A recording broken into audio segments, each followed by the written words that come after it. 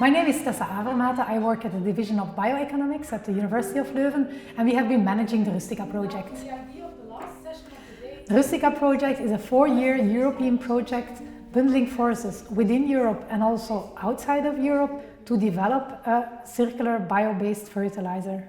Today we bundled forces across different stakeholders. In fact, it's really nice to bring also external experts to the table and to ask them what their perspective is in the developments that we did, but also how they look at the development of circular bio-based fertilizers.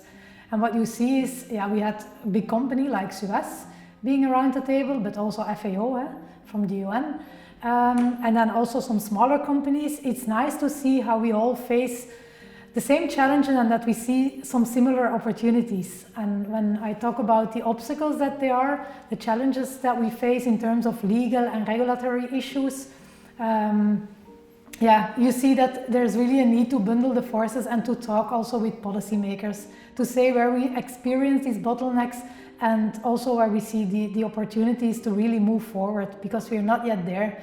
If we really want to realize the farm-to-fork strategy, the Green Deal, and replacing a big amount of synthetic fertilizers, we still need to invest a lot.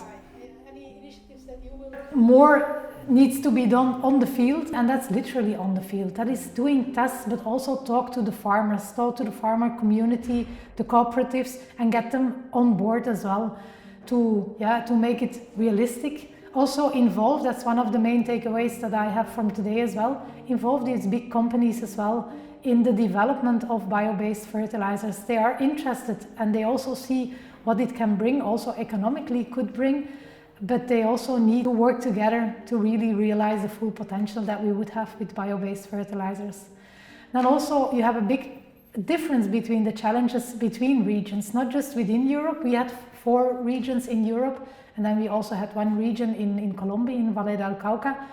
But you see that the challenges that you have in regions are different. Like in Flanders, we have a lot of manure, but there are regions in Europe where they have not that much manure. Or if you look to the global south, if you look to sub-Saharan Africa, you again have different challenges. So when you develop these kind of projects, you really need to take that into account. First of all, you have the logistics.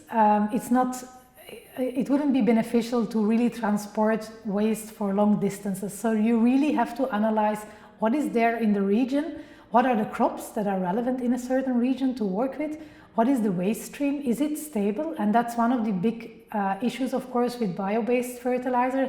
You need a stable output. With mineral synthetic fertilizer, you know exactly what you're going to put in the ground. Bio-based fertilizers, there's less stability.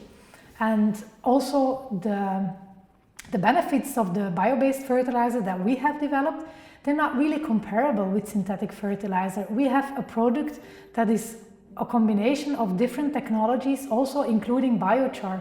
Biochar is not a fertilizer. Biochar helps to improve soil. That is something that you cannot compare with a synthetic fertilizer. So I think really analyzing the full picture, that is one of the challenges that we face. Also the full picture of sustainability, because you need to look at ecology, but also at the economic perspective and also at the social perspective. So really making the full calculation, that's a lot of work, but it needs to be done if you really want to move forward.